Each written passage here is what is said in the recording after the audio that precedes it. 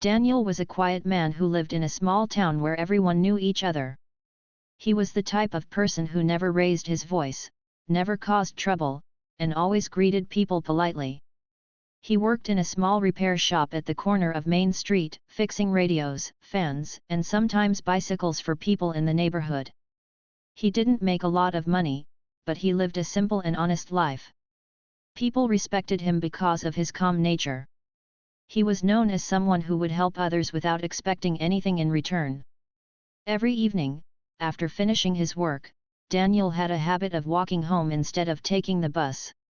He enjoyed walking because it gave him time to think, clear his head, and sometimes notice the little things around him: the smell of flowers from Mrs. Lopez's garden, the sound of children playing on the street, or the old man sitting on the porch waving at him.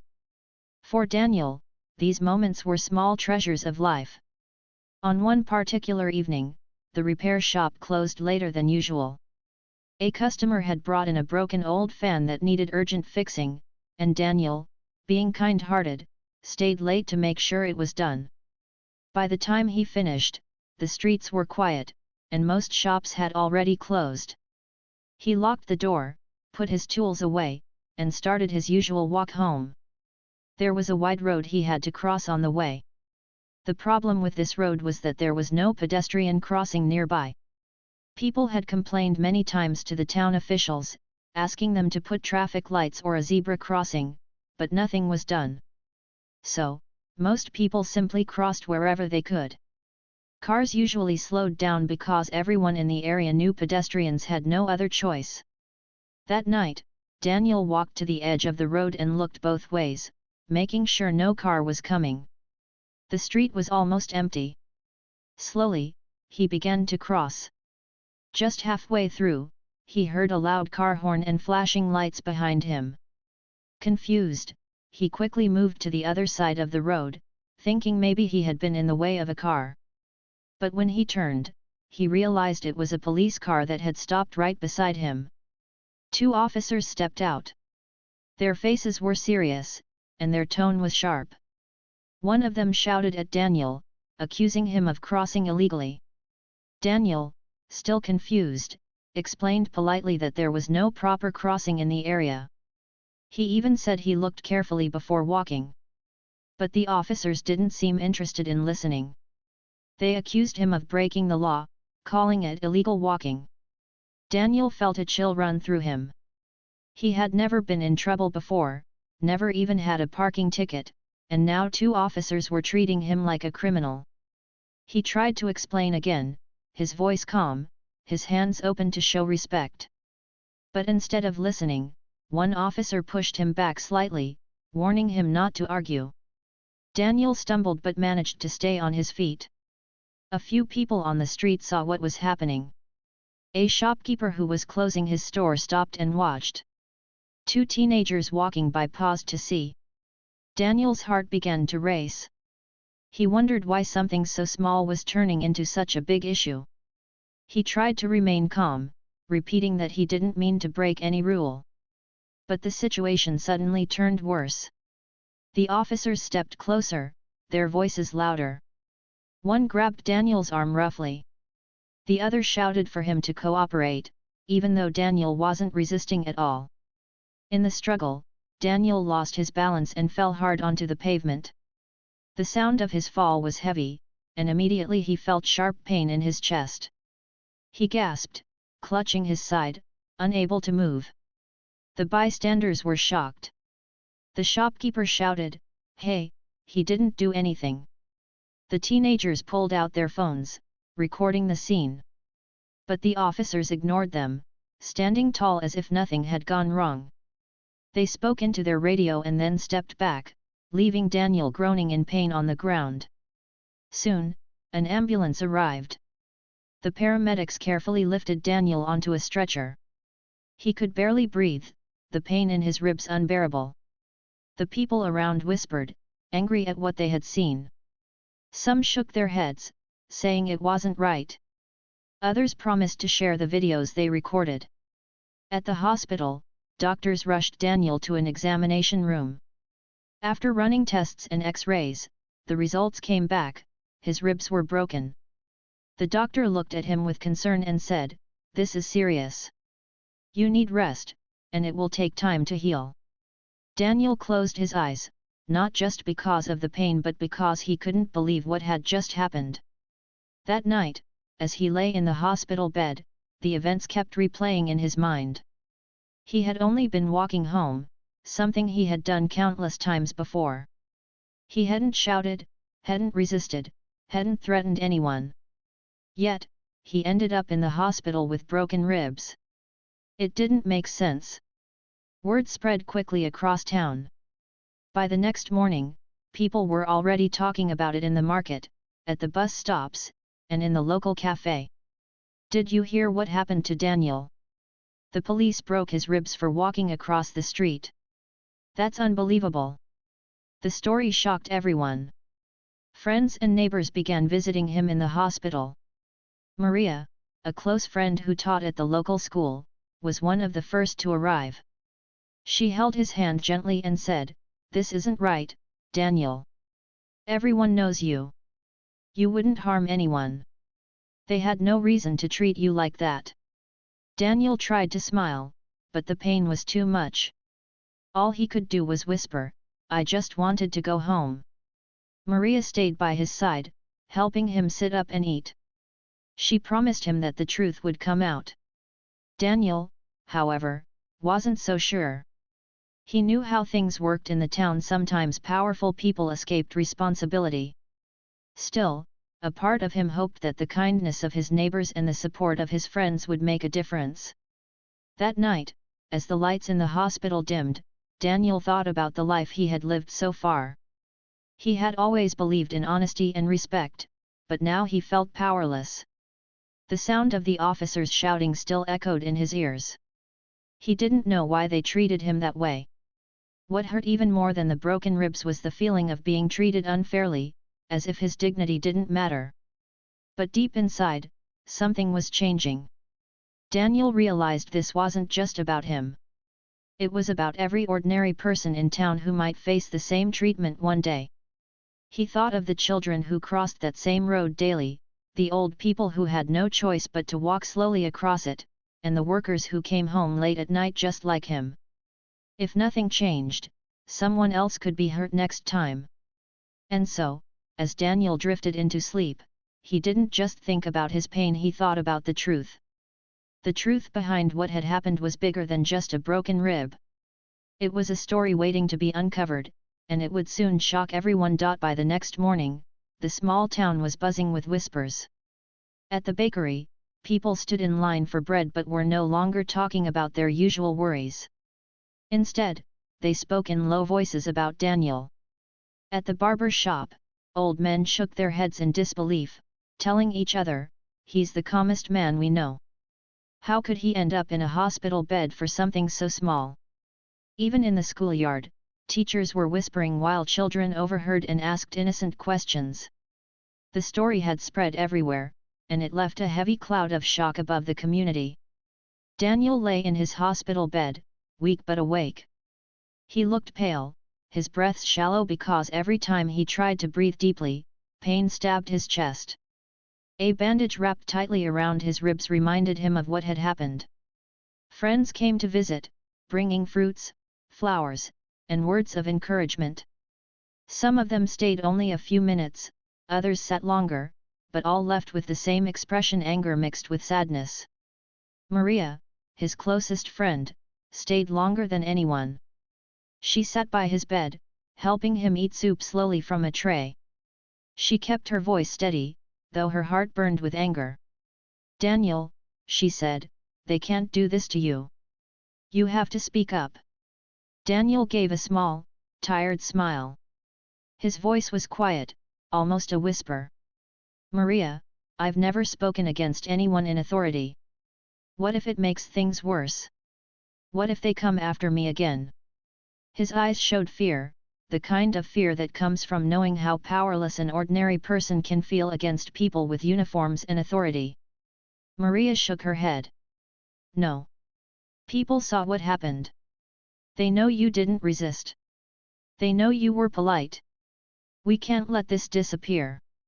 If you stay silent, they'll keep doing this to others. Her determination was clear. While Maria was speaking from the heart, something else was happening outside. The police department had already released their official statement to the local news. It claimed Daniel had been uncooperative, that he had resisted lawful orders, and that the officers had used only necessary force to handle the situation. The words in the statement sounded polished and official, but to those who knew Daniel, they rang false. At the cafe, people shook their heads while reading the statement in the morning newspaper. One man said, "That doesn't sound like Daniel at all." Another added, "He's the kind of man who fixes your fan and refuses to take extra money. Why would he fight the police?" The people who had witnessed the scene were especially upset. They knew what they had seen with their own eyes, and it was far from what the police described. Among those disturbed by the police report were two young journalists, Samir and Lucy. They worked for a small independent paper in town, one that often covered local events that bigger newspapers ignored. Both were in their 20s, passionate and eager to uncover the truth whenever they could.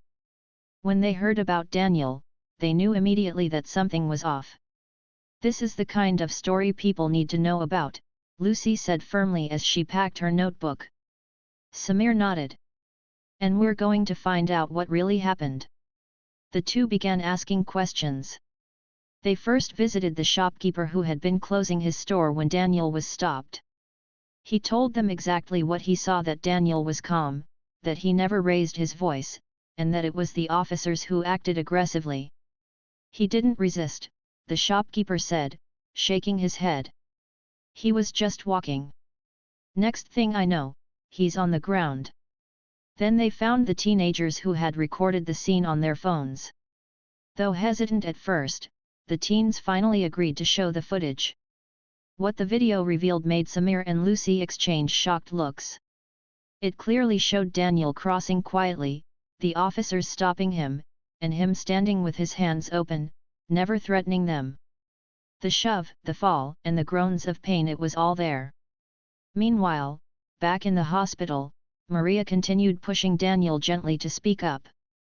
She reminded him of the people who cared about him, of the children in town who walked that same unsafe road every day, of the elderly who had no choice but to cross it. "This isn't just about you," she told him, holding his hand. "It's about all of us. If they can do this to you, they can do this to anyone." Daniel sighed. His chest hurt with every breath, but her words were slowly settling into his heart. He thought of the countless evenings he had crossed that same road, wishing the town would finally add a crossing light. He remembered attending a small community meeting where he had joined others in requesting safer streets. And he wondered, was that the real reason the officers treated him harshly? Did someone want to silence those who spoke up?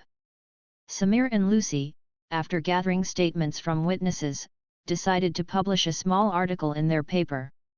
The headline read, "Local man's ribs broken after illegal walking stop, witnesses say story doesn't match police report." The article described Daniel's calm reputation, the unsafe road, and the voices of witnesses who saw everything. Though it was just a local paper, the story spread quickly. Copies were passed from hand to hand, and soon everyone in town was reading it. Daniel's name became the center of conversations everywhere. Strangers who barely knew him suddenly felt connected to his story. Some felt sympathy for his pain, while others felt anger at the injustice. People who had once ignored the unsafe road began to realize how dangerous it truly was, not just because of speeding cars, but now because of the way authorities treated those who crossed it. At the hospital, Maria brought him the newspaper. Daniel stared at his name on the page, his heart heavy. "I never wanted this kind of attention," he whispered. Maria placed her hand on his arm. "Sometimes, Daniel, we don't choose the fight. The fight chooses us." By the evening, Daniel's room was filled with visitors again. Some brought flowers, others food, and a few came just to tell him they supported him. He looked around at the faces of his neighbors, people who trusted him, believed in him, and wanted him to recover. For the first time since the incident, Daniel felt a flicker of hope. But even as hope grew in the community, fear lingered in Daniel's heart. What if the officers tried to twist the story further? What if speaking out only made things harder for him? As he lay back against the hospital pillow, these thoughts kept him awake. Yet deep inside, he knew something was shifting. The story was no longer just his private pain, it was becoming a public matter. And the truth, no matter how hidden, had a way of finding light. That night, as the hospital corridor grew quiet, Daniel stared out the window at the dark sky. He whispered softly to himself, "I didn't do anything wrong." Those words, simple yet powerful, would soon echo beyond his hospital room. Because the truth behind what had happened was bigger than he imagined, and it was only beginning to unfold. The next few days brought more whispers, more questions, and more anger in the town. People could not understand how a man like Daniel ended up with broken ribs for something as small as crossing the street. Everywhere people went, whether it was the market, the post office, or the cafe, the same topic filled the air. But what truly stirred the town was not just sympathy for Daniel, it was the feeling that something bigger and hidden was going on behind the scenes. Samir and Lucy, the young journalists, kept digging. Their first article had caught attention, but they knew there was more. They started going through public records about the two officers who stopped Daniel that night. What they discovered shocked them. Both officers had several past complaints from citizens for using unnecessary force. Some people said they had been pushed or shouted at. Others said they were threatened for small things like parking mistakes or asking too many questions. Yet every complaint ended up closed due to lack of evidence. On paper, the officers looked clean. In reality, their history was full of troubling patterns. The journalists decided to speak with a retired officer named Henry, who had worked in the same department years ago. Henry was known as an honest man, one who had left the job because he felt the system was changing for the worse. When Samir and Lucy showed him the list of closed complaints, Henry sighed deeply. "This doesn't surprise me," he said. "The truth is, once some officers get too comfortable, they start thinking they can do anything. And if the leadership protects them, then nothing changes." Lucy asked carefully, "Do you think Daniel was targeted on purpose?" Henry leaned back in his chair, thinking. "It's possible. I heard he was part of that little community group asking for safer roads. Some officers don't like being questioned. They see community voices as challenges to their authority. If he's been speaking out, that might have made him a target." Meanwhile, Maria remembered the community meetings where Daniel had quietly but firmly raised his concerns about the dangerous road. He was never loud, but his words carried weight because everyone respected him. She remembered how he once said, "It's not about me. It's about the children and the elderly. They deserve to cross safely." Now, looking at him in the hospital bed, Maria wondered if those simple words had made someone in power uneasy. One afternoon, a woman named Rosa came to visit Daniel. She was middle-aged, strong in spirit, and known for being outspoken. She brought with her a small notebook filled with signatures. "These," she told Daniel, "are from the people in our neighborhood. We've been asking the town for years to build a crossing here. You remember, don't you? You were the first to sign." Daniel nodded weakly. Rosa then leaned closer. "Maybe this is not just about an unsafe crossing. Maybe this is about silencing anyone who dares to push for change." Her words stuck with him. He began to see the incident not as a random act, but as part of a larger problem. The road was unsafe, the complaints were ignored, and now he was injured. Was this all connected? Samir and Lucy soon found another piece of information that tied everything together. They discovered documents showing that several requests for crosswalks and lights had been rejected by the town council because of budget issues. But strangely, in the same year, large funds were spent on new police equipment. "So they can buy gadgets," Samir said angrily, "but they can't fix a road where people walk every day." The two journalists felt they were uncovering something deeper. Not only were the officers involved in repeated complaints, but the local government itself had been ignoring safety issues. And now, a man who had spoken up about those issues was lying in the hospital with broken ribs. Back in his room, Daniel was visited by one of the teenagers who had filmed the incident. The boy, nervous at first, told him, "I just wanted you to know, sir, we have the video. People have seen it. They know the truth." Daniel's eyes filled with tears. He had felt so small and powerless since the night of the incident, but hearing this gave him a sense of relief. The truth was not just locked inside him, it was visible to the whole town. Maria encouraged him to watch the video. Though hesitant, Daniel finally agreed. With Lucy's help, they played the clip on her laptop. It showed him crossing quietly, the officers confronting him harshly, and then the push that led to his fall. Daniel watched in silence, his hand clutching the blanket. It was painful to see himself lying helpless on the ground, but at the same time, he felt a strange sense of strength. He wasn't imagining things. The truth was right there for everyone to see. As the video spread further, more voices began to rise. Local community leaders, pastors, and even school teachers began to speak openly about the case. "This is not only about Daniel," one pastor said during a Sunday sermon. "This is about the way ordinary people are treated when they ask for simple safety and fairness." The town's atmosphere grew tense. People were no longer just whispering, they were asking direct questions. Why were the officers still on duty? Why had complaints been ignored for so long? Why did the town keep refusing to fix the road? Maria stood by Daniel through it all, gently reminding him that he had become more than just a victim. "You've become a voice, Daniel," she said one evening as she adjusted his pillow. "Even without trying, you're showing people the truth." Daniel closed his eyes, trying to absorb her words. He didn't see himself as a hero. He was just a man who wanted to walk home safely. But now, his story was no longer just his own, it belonged to the whole community. The journalists prepared a second article, this time with stronger evidence. They included details about the officers' past complaints, the ignored requests for safer roads, and the video proof of what really happened.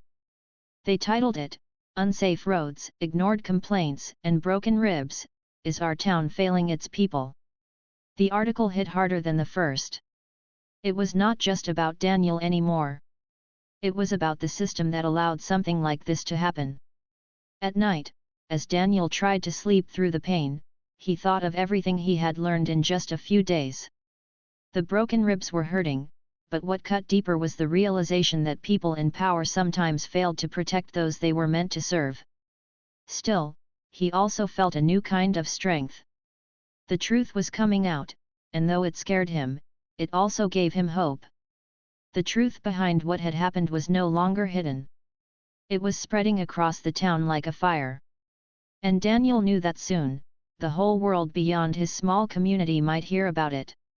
What started as a simple walk home had now become the beginning of a fight for fairness, and the shocking truth was only beginning to be revealed. The morning began like any other in the small town, but this time, there was a sense of electricity in the air. Something had shifted. The story of Daniel was no longer just quiet talk in cafes and shops, it had burst into the open. The video from the teenager's phone had finally been shared widely. It was uploaded to social media, passed from phone to phone, and played in living rooms and classrooms. What people saw was undeniable: Daniel crossing calmly, the officers approaching, and then the forceful push that sent him falling onto the hard pavement. There were no signs of him resisting, no signs of aggression, only a man trying to walk home. For days, the police report had painted Daniel as uncooperative. But the video told a completely different story. It spread beyond the town, reaching nearby cities. People who had never heard of Daniel before were suddenly discussing him. The hashtag Justice for Daniel began appearing online. Strangers sent supportive messages, while locals began planning ways to show their anger and demand accountability. Daniel himself had not expected such a wave of attention. He lay in his hospital bed, his chest still aching with every breath, when Maria showed him the messages pouring in from people he had never met. Some said, "Stay strong, Daniel. We believe you." Others wrote, "We're with you, don't give up." His eyes grew wet with tears, not of pain this time, but of gratitude. For the first time since the incident, he didn't feel alone. The mayor, who had remained silent until now, could no longer avoid the issue. At a hurried press conference, he promised that there would be a special investigation into the matter.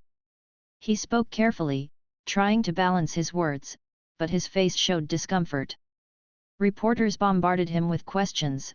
Why were past complaints against the officers ignored? Why is the road still unsafe? How could the police report differ so much from the video? The mayor gave short, vague answers, but it was clear people wanted the truth, and they were not going to stop asking. That same evening, townspeople gathered in the main square for a peaceful protest. Teachers, shopkeepers, workers, students, and even elderly men and women came with handmade signs. Some read, "Walking is not a crime." Others said, "Fix the roads, not the reports." They held candles and stood together, their faces lit with determination. Daniel couldn't be there, but Maria recorded the gathering and showed it to him later. He watched as his community stood up for him, their voices calm but firm. His heart swelled with emotion. Samir and Lucy, the young journalists, stood at the protest too. They were proud of how their reporting had sparked something larger. But they also felt the weight of responsibility. They knew the fight was just beginning. With more eyes now on the story, there was also more pressure to uncover every hidden truth. They continued to investigate, speaking to more people, gathering more documents, and piecing together how long the system had been failing the town. The police department, on the other hand, was shaken. They tried to defend themselves, but the video made their words sound hollow.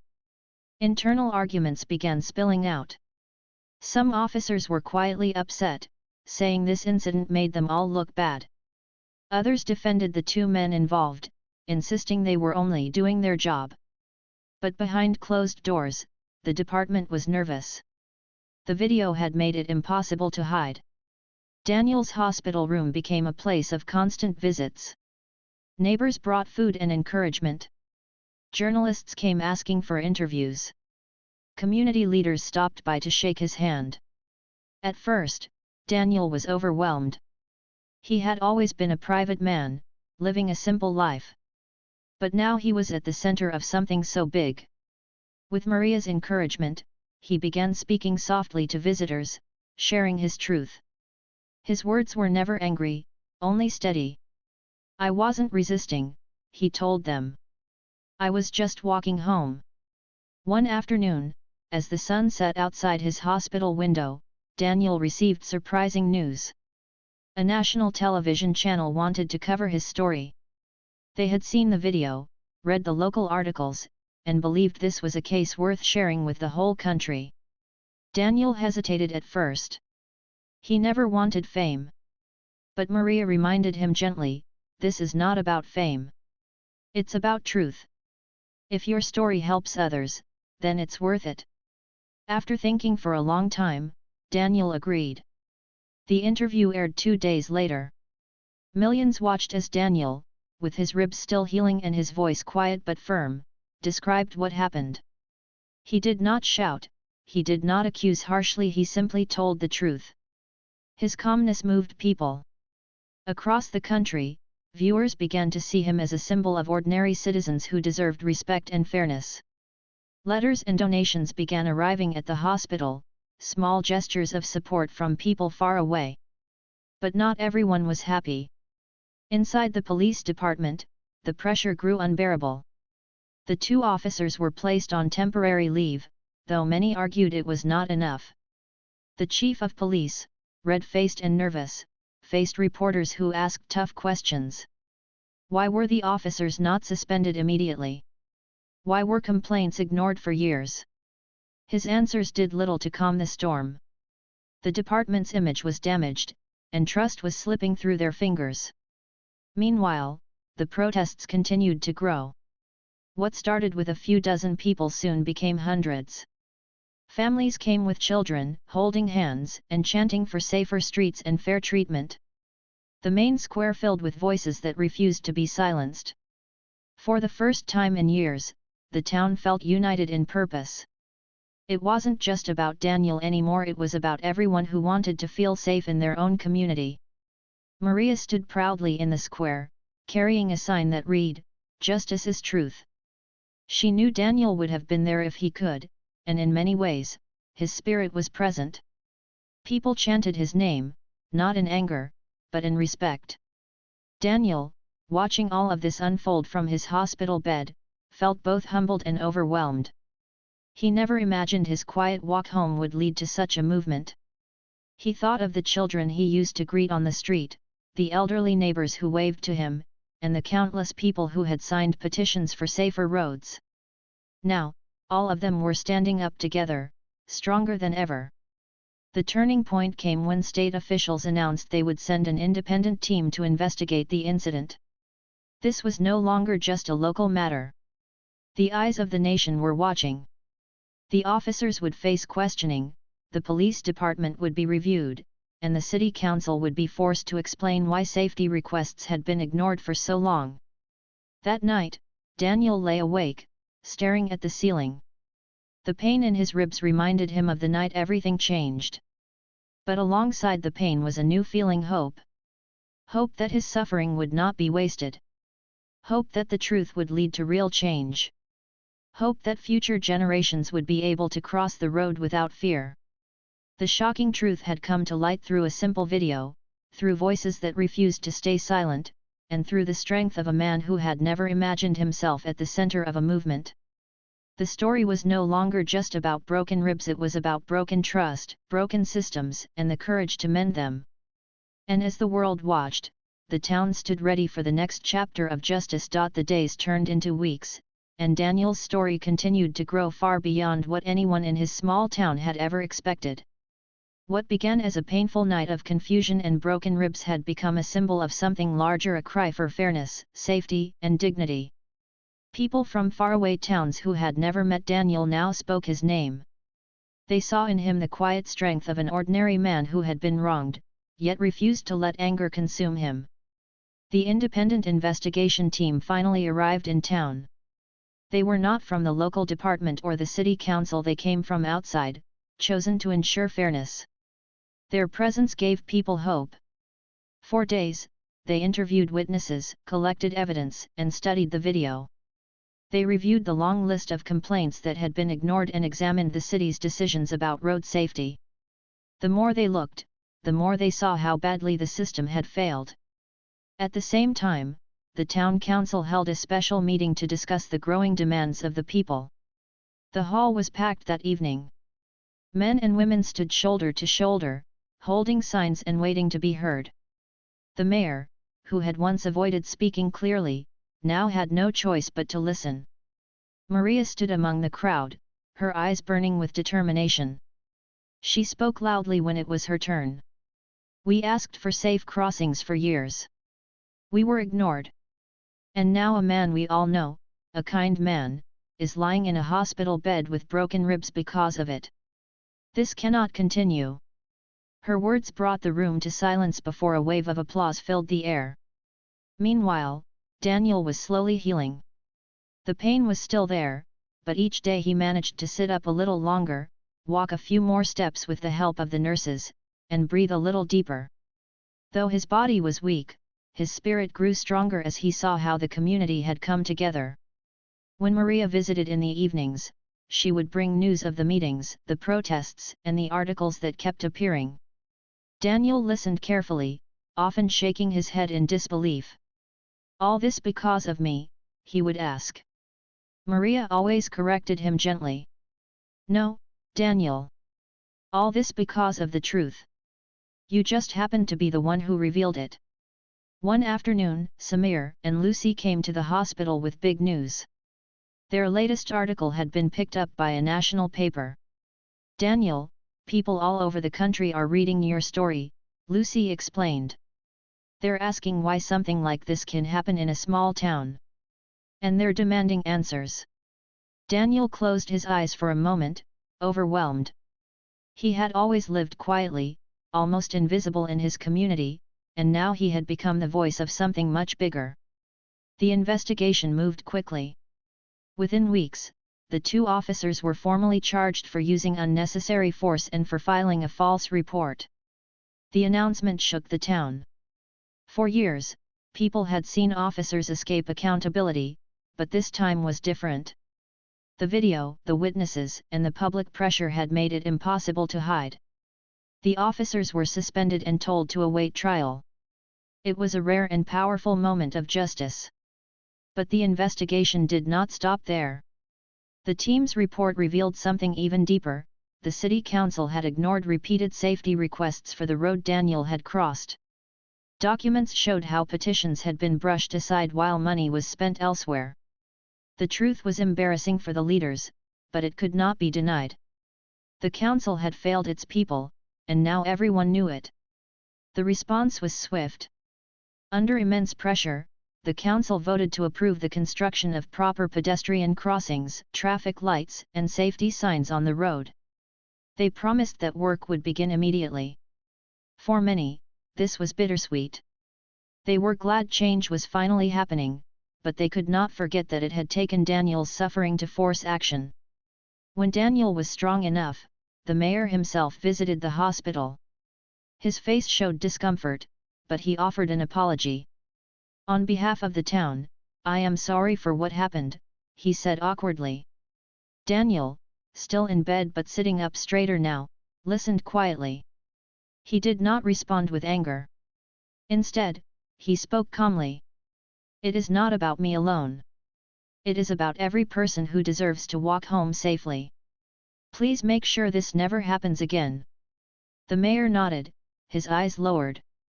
The day finally came when Daniel was discharged from the hospital. The sun was shining brightly as he stepped out, supported by Maria and a nurse. Outside, dozens of neighbors waited for him, clapping and cheering softly as he appeared. Some held flowers, others carried signs of support. Children waved and shouted his name. Daniel raised a hand slowly, his eyes filling with tears. He had never wanted attention, but the kindness of his community touched his heart deeply. Over the next few weeks, Daniel regained his strength at home. He walked slowly around his garden, breathing in the fresh air. Neighbors visited often, sometimes bringing food, sometimes just sitting with him for a quiet chat. He felt surrounded by love and support. At night, he often reflected on how his life had changed. Before, he was just a simple man fixing radios and fans in a small shop. Now, he was a symbol of something much larger, a reminder that truth can never be buried forever. When the new pedestrian crossing was finally completed, the town invited Daniel to be the first to walk across it. The ceremony was simple but emotional. Children stood holding flowers, elders clapped, and Maria walked by his side as Daniel stepped onto the freshly painted white stripes. Cameras clicked, and people cheered softly. Daniel paused in the middle, looked around, and whispered to Maria, "It was worth it if it means safety for them." She squeezed his hand and smiled proudly. In time, the protests ended, but the spirit of unity remained. People in the town felt stronger, more confident that their voices mattered. They learned that silence only allowed unfairness to continue, and speaking up no matter how frightening could bring real change. As for Daniel, he returned to his small repair shop. Customers still brought him fans and radios, but now they also brought warm smiles and words of thanks. Some called him brave, others called him a hero. But Daniel always shook his head. "I am not a hero," he would say softly. "I am just a man who walked home." Yet, deep inside, he understood something had changed forever. The broken ribs had healed slowly, but what remained was a story that had touched countless lives. His pain had revealed hidden truths, and those truths had forced change. He had shown the power of honesty, patience, and dignity. And so, the shocking truth behind what happened was not just about two officers or a broken road. It was about the strength of ordinary people, the courage of a quiet man, and the unstoppable force of truth. Daniel's story would be told for years in the town, not as a tale of suffering, but as a reminder of how even the smallest voices can rise, and how justice, though delayed, always finds its way.